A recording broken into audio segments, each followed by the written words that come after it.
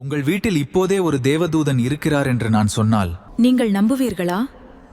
ஆனால் உண்மை என்னவென்றால் பலர் தேவதூதரின் அடையாளங்களை தினமும் பார்த்து கொண்டே இருக்கிறார்கள், ஆனால் அதை உணரவில்லை. பலர் நினைப்பது என்னவென்றால் தேவதூதர்கள் வந்தால் பெரிய ஒளி, இடி, அதிசயம் நடக்கும் என்று. ஆனால் வேதாகமம் வேறொரு உண்மையை சொல்கிறது. ஆபிரகாம் கூட தேவதூதர்களை உணவு உண்ண வைத்த போதுதான் அவர்கள் தேவதூதர்கள் என்று அறிந்தார். அப்படியானால் உங்கள் வீடு மட்டும் வேறுபட்டதாக இருக்குமா? இப்போது உங்கள் வீட்டிலேயே தேவதூதர்கள் இருக்கலாம். இதோ அந்த மறைந்த அடையாளங்கள். முதல் அடையாளம் காரணமே இல்லாமல் இரவில் திடீரென்று விழித்துக் கொள்வது. அலாரம் இல்ல, சத்தம் இல்ல, ஆனால் உங்கள் கண்கள் திடீரென்று திறக்கிறது. சில நேரங்களில் அது சாதாரண விஷயம் அல்ல.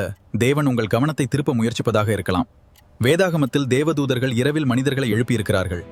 எலியாவை ஒரு தேவதூதன் தொட்டு எழுந்து சாப்பிடு என்று சொன்னான். அது ஒரு கனவு இல்லை, உண்மையான தொடுதல். அடுத்த முறை நீங்கள் 3 மணிக்கு விழித்தால் போனை எடுக்காதீர்கள், 1 நிமிடம் ஜெபியுங்கள். அதற்கு பிறகு என்ன நடக்கிறது என்பதை கவனியுங்கள்.